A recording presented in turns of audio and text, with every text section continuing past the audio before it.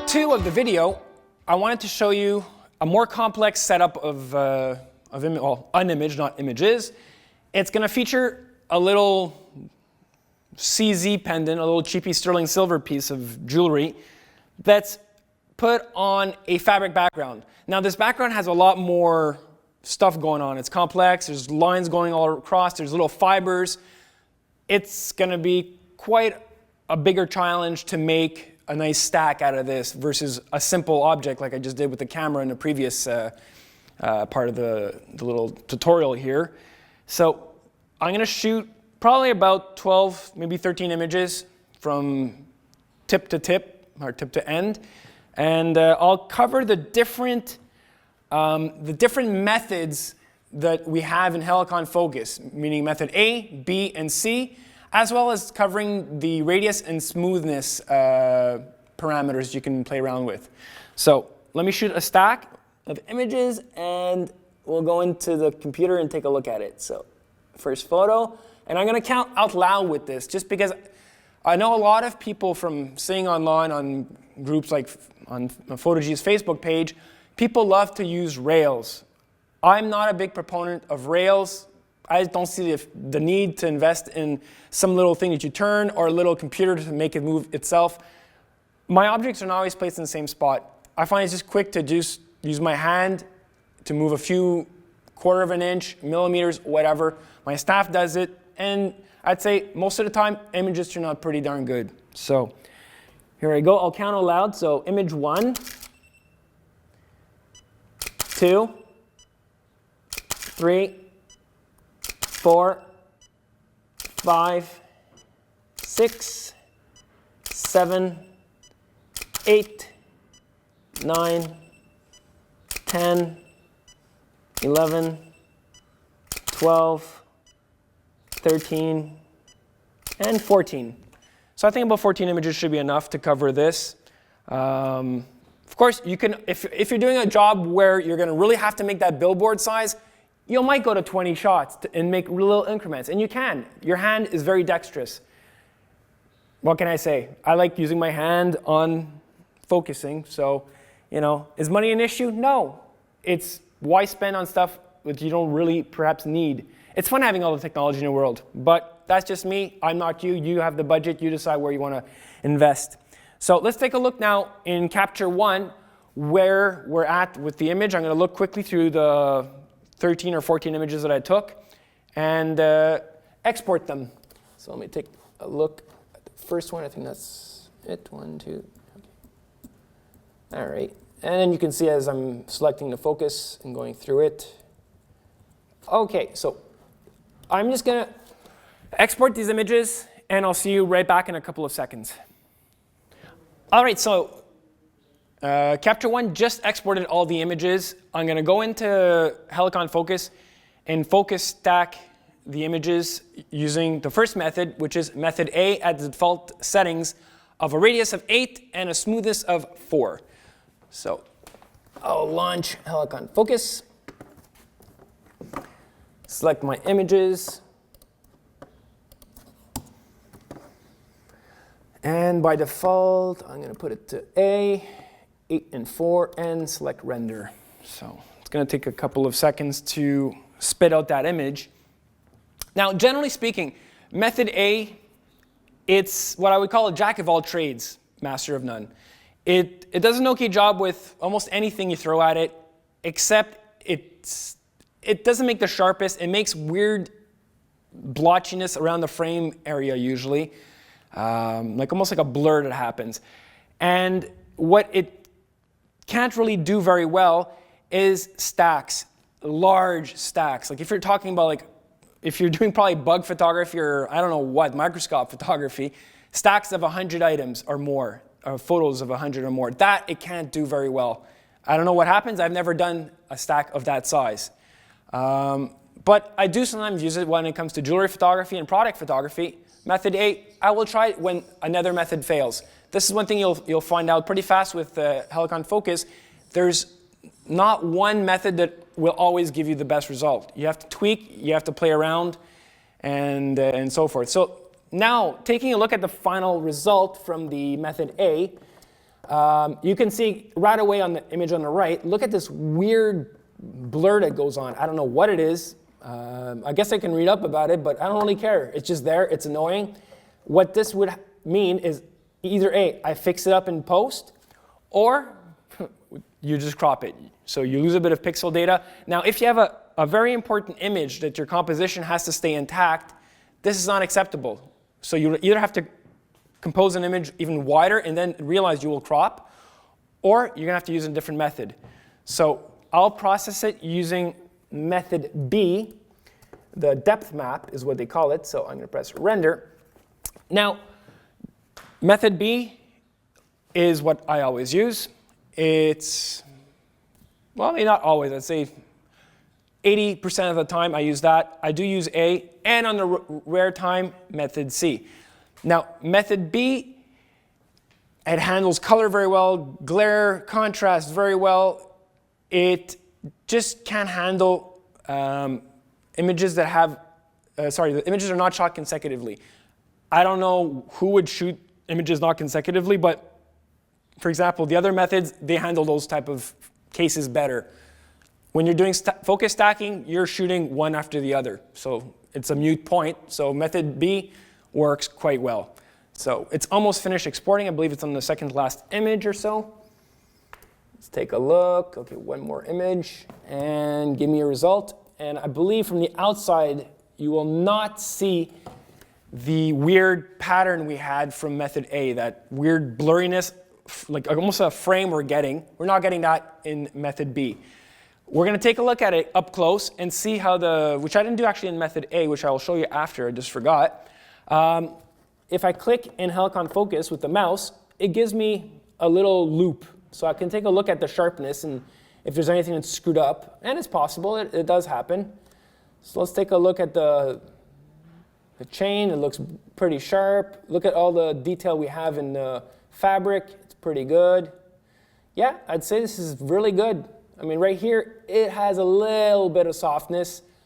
That's probably, that's where, yes, if you want to have the ultimate perfect looking image, yes, get yourself a focusing rail and do 30 images. But when you're running a product studio with 100 shots a day to do, and you do focus stacking and a heck of a lot of it, time is money. Do you have time to spend to just wait for the shot, either your rail that's automated or by hand, to sit there and go, all right, is it done yet? If your client is not making prints the size of a wall, this is not noticeable. I mean, on my screen, it's already about, 7 by 8, around there? That's already big. For a magazine, a 9 by 12, you're not going to notice this. So again, just realize what you're going to use your image for. Is it good enough? Yes, that's all you need. So going back at the image, zooming in, yeah, there was that little blurry spot there. But overall, I'm looking at the image, and it's pretty sharp until the end. So method B did an excellent job. And yet this is what method C is supposed to really rock at. What can I say? We'll take a look at method A now again, because I forgot to do zoom in, and just see how it did it. So I'll load that up. And in Helicon Focus, you can click on your previous outputs, and it will reload it, the one it had previously calculated. So give it a second. All right, so we'll start from the bottom here. As you can see, that weird-looking blur window happens. And now let's fall into the actual bottom of the necklace. Take a look at it. It's looking pretty good. Continuing, moving along. I feel like the inherent sharpness is a touch less than with method B for some reason. That's what my gut feeling tells me. I'm looking over here, and it just feels like around there it's a bit blurry. Not as sharp. Yeah, touch less sharp. That's my gut. I could be wrong. Here you can definitely see it was something that happened here I didn't notice before. And that was a spot where I missed. And so forth. Anyway, it does a pretty okay job. Again, okay. Is okay good enough? Again, it will depend on your needs. Like, we don't need to pixel peep. What do you want to use it for? A web image for 1,000 by 1,000 pixels? This is going to be plenty. We do not need more. Now, I'm going to jump into method C, which is the one that you want to use for Let me just click on it so it just does it while I talk. Render. Method C, it's used exclusively when you have a pattern in the background. Like say you have a lot of tree branches, if you have carpet, if you have a lot of fibers going like a crisscross with a lot of lines, a bug's wings, a bug's eyes, say a twig going across your bug's wings if you want to do macro photography of insects. In product world, I've rarely had to use method C, to be honest with you. It's out there. It does a pretty good job. The problem with method C is the color and contrast fidelity. It seems to do something with the color. You lose saturation and you lose a bit of contrast. It seems to just be, the shadows are a little bit brighter, and it handles glare off metallic objects or, yeah, off something shiny, not as well as the other two methods. You'll probably see in this is like the chain, it's just going to have a little bit of milky effect on it, and it seems to be an artifact. Let's see if it will prove me right. Well, it actually screwed it up. Surprised. Look, the edge over here didn't even turn out well, and it's supposed to be an algorithm that calculates this very well. So, didn't even do a great job. But look at the color rendition. You got almost no more saturation going on. Like the red channel just lost a lot of detail. The shadow is not as dark, you know. And look, and I'll be honest with you, before recording this video, I did a test to just double check, you know, make sure that I'm not teaching you guys some BS crap. This didn't happen before. Why is it happening? I'm not quite sure. Maybe something with the number of steps. But as you can see already, the color is not that great. It might be something that requires that 50 shots, 60 shots. It might do a better job at. For the purpose of general product photography, I don't see the need of going outside of method B, maybe A. So let's look at the actual jewelry piece, if it turned out okay. Yeah, it feels like it's sharp, but everything has a halo. Look at the chain. It has like a milky, weird halo going around it. It's as though glare, which is one of the downfalls of this method, it comes out with a weird, almost like a Gaussian blur effect on it. Gaussian fade blur. It's not very good. You know, personally, I don't find that great. Now, the main point to get out of these three methods is there's not one solution that works best all the time. As I said, I prefer method B. Now for you, it might be method A. It depends on what you're shooting, depends on the colors, the contrast, everything. And Helicon Focus itself says there's not one solution fits all. So play around with it. Now what I'm going to talk about quickly is the two different parameters you can work with. Is radius, which is the most important. Sometimes when you're focus stacking, there's a weird halo that happens around your objects, you'll maybe notice. If you want to reduce that halo, you have to bump up the value of the radius to a higher value. The problem with that, like with everything, there's a yin and a yang.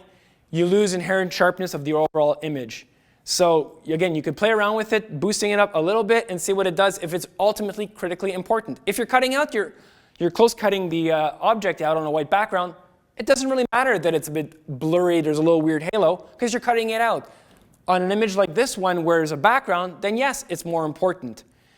Now, moving on to the smoothing variable, there it works with the transition areas between the sharp and smooth areas. And it's that little area that goes between, and that's what it works on. So sometimes if you see an image that has weird transitions going on from a sharp area to a blurry area, increasing it might create a smoother gradient in between that zone. If, on the other hand, you don't care for it, you can bring it down to a lower value, you might get blotchiness. So it's, again, you're going to get more sharpness the lower you bring down these values. But again, you have artifacts, you're going to have a blotchy looking background with, like, say on a white background, you're going to have like little splotches of gray, almost looks like there's oil stains on your image. Not the case, it's actually the smoothness value that's been set too low. So that's a quick overview of what Helicon Focus does. I think it's great. What I feel like doing just for giggles is throwing this into Photoshop and to see what Photoshop's going to produce out of this image. So one last thing, let's take a look. Not sure if I photo merge. Yeah, you don't want blend images set to on. You have to untick that. So let's go browse, select the images. Okay, so it's going to import them as layers into one file, and as you'll see on the layers palette on the right. Slowly but surely. All right, so Photoshop has, as you've seen in the part 1 of this video there, Photoshop imports the images, and it takes a very long time. And that's another reason why I don't like using Photoshop for photo stacking. It's just remarkably slow. And in this case, the image is very complex. It's a big image. Each file is about 160 megs, a TIFF file. And right now it's allotting the layers. And it's excruciatingly long. It's very long. And as I said, time is money. I don't have time to wait this long. If I have clients on site, I can't wait for, now it's already probably been a good 2 minutes. Thankfully, we can edit videos and cut them. I'm still waiting. So I'm going to cut again, and we'll hopefully come back to an image. Anyways, I'm back. It's been another minute or 2, and the progress meter on Photoshop barely moved. So I'm guessing it's just taking its sweet time for some reason, or the program has failed.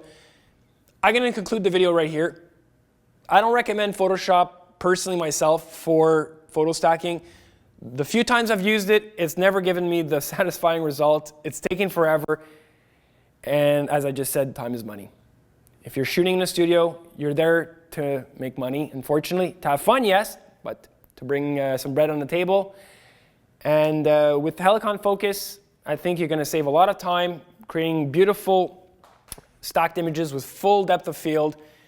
It doesn't cost very much. Go ahead and buy it, download it, and use it, and happy shooting.